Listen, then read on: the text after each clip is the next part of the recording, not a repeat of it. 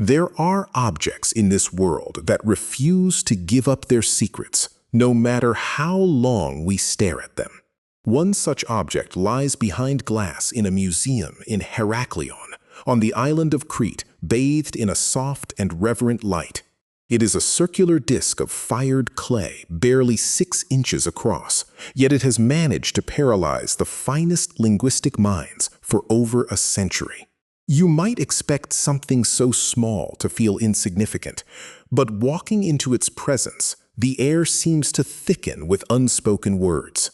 The Phaistos Disc was pulled from the earth in 1908 inside the ruins of a Minoan palace that had already been silent for 3.5 millennia.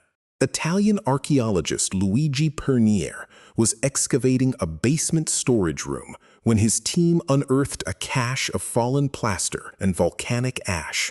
From that buried disorder, a single disc emerged, covered in a spiraling procession of stamped symbols that no one had ever seen before. The symbols spiral inward on both sides of the disc, moving from the outer edge toward the center, as if pulling the reader into a vortex. The disc contains 241 individual pictographic tokens, but those tokens were made by pressing just 45 distinct stamps into soft, wet clay before firing. Let the implications of that sink in for a moment. Someone created reusable metal or wooden stamps to mass-produce a very specific, spiraling message. This is often called the earliest known example of movable type, predating Gutenberg's printing press by over 3,000 years. But why would such a complex technology be invented for just this one single artifact, and then seemingly abandoned in the entire Minoan world? The disc stands alone, an orphaned miracle of engineering, whispering a language that the entire Bronze Age has forgotten. The symbols themselves are a parade of the recognizable and the deeply strange. A plumed head, a walking man, a fish, a tattooed face, a shield. You can pick out a beehive, a carpenter's plane, a cluster of papyrus, and the unmistakable shape of a woman's breast. For decades, the established fact has remained brutally simple. We do not know what language the disc encodes, or even if it encodes a language at all. This is the point where mainstream archaeology pauses at the edge of a precipice, and the labyrinth of competing theories begins to open beneath our feet. They point to a handful of symbols that faintly echo Luwian hieroglyphs, and a supposed word for city that appears repeatedly. If true, the disc would be a lost king's decree from the other side of the Aegean, a royal message baked into clay by a distant conqueror. But this Luwian hypothesis crumbles on closer inspection, because the disc's internal repeating sequences simply do not match any known Anatolian syntax. Where the philologists falter, the geometricians step in, measuring the spirals and the punch hole at the disc's physical center. Imagine a bronze pin fixed at the center and a cord stretched across the symbols, marking the risings of stars or the path of a sacred bull across the zodiac. The walking man, the arrow, the grain. These become seasonal markers, an almanac for a priestly caste who read the clay the way we read the night sky. Another school of thought abandons astronomy altogether and places the disc in the realm of sacred song. The repetition of certain symbol groups, they argue, is not syntax but a refrain, a chorus to be chanted in a temple where blood and honey were offered. Some linguists have even attempted a musical reconstruction, assigning notes to the symbols and playing back what they claim is a Minoan hymn. The resulting melody is haunting and strange, but it is a melody built entirely on a foundation of unverified, poetic conjecture. The chilling hypothesis, whispered in academic journals and private correspondence, is that the Phaistos Disc is an elaborate forgery. Luigi Pernier, the theory suggests, wanted a find so spectacular that it would secure his name in history alongside Schliemann and Evans. He possessed the knowledge, the access to ancient clay, and the ambition to bake a hoax that would puzzle the world for a century. Yet, this dark accusation collapses when you consider the sheer unprecedented complexity of the stamping process and the authentic Minoan patina. To forge an object that predicted a 3,000-year-old invention like movable type without leaving a single modern chemical trace would require a genius of criminal artistry. The chemical analyses of the clay confirm a composition consistent with the local Phaistos deposits and a genuine firing process unachievable in a 1908 kitchen kiln. The artifact is real. It is the meaning that remains a phantom, dancing just beyond the edge of our comprehension. The human mind naturally seeks patterns, and the disc exploits this with a masterful cruelty, offering tantalizing near repetitions. You can trace the spiral and see the same shield and plumed head sequence appear 3 times, tweaking your curiosity like a half-remembered dream. Statistical analyses have shown that the token sequences obey Zipf's law, a mathematical distribution that governs almost all known natural human languages. This mathematical ghost strongly suggests the disc is not random gibberish or a simple decoration, but a structured linguistic map. And yet, with only 45 distinct signs and a total corpus of 241 tokens, the dataset is fatally, heartbreakingly too small to be cracked by pure mathematics. The disc's isolation is a wall that not even quantum computing can scale. It is a code locked in a box for which there is no keyhole. This silence has driven men and women to obsession, spending entire careers staring at the 241 signs until they see visions rather than vowels. Others have tried to read the disc by projecting its spiral outward, backward, or even by interpreting the faces of the human figures as emotional modifiers.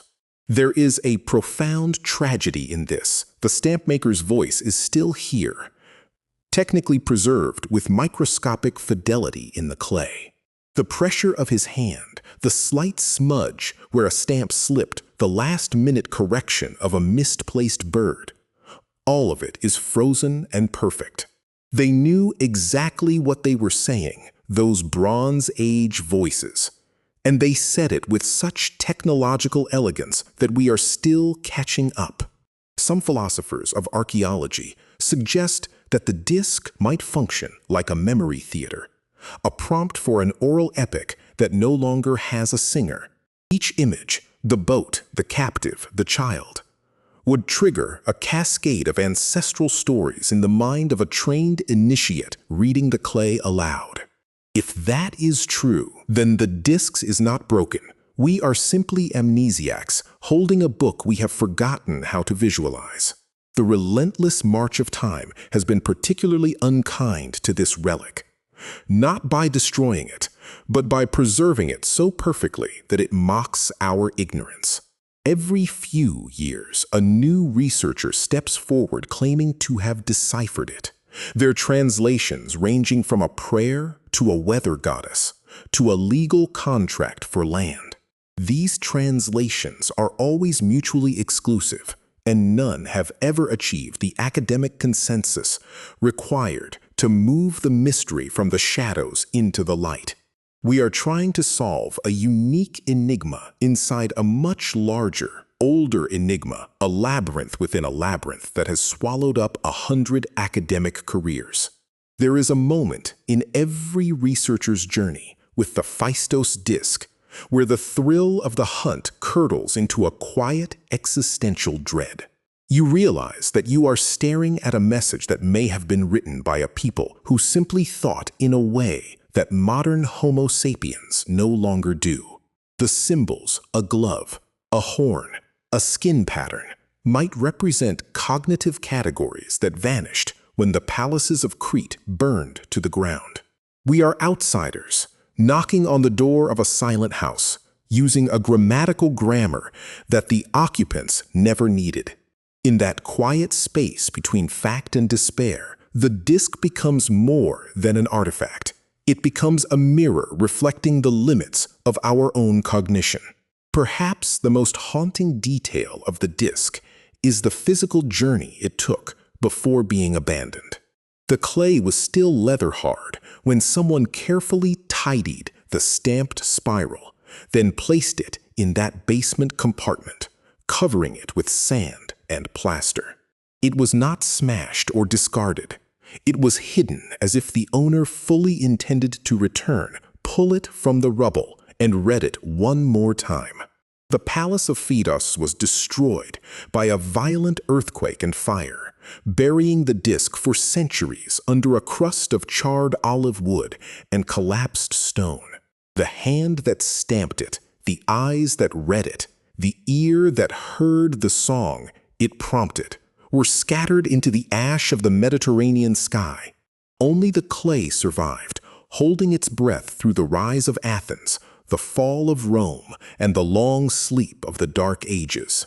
Today, if you visit the museum in Heraklion, you will see tourists blinking at the disc through thick glass, snapping photos that will never reveal its soul. There is a peculiar urge to reach out and touch the spiral, to feel the raised edges of the stamped images under your thumb, as if skin could decode what the mind cannot. For some, this urge becomes a lifelong haunting. They will tell you the disc makes a sound, a low hum at the edge of human hearing that is just the silence of history stretching. The custodians of the disc watch over it with a protective tenderness, aware that they guard a prisoner who has committed no crime but still refuses to speak.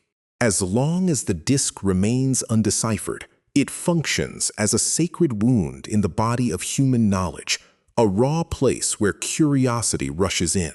We are a species that writes things down. The impulse to record, to list, and to leave a mark is the thread that stitches our civilization together.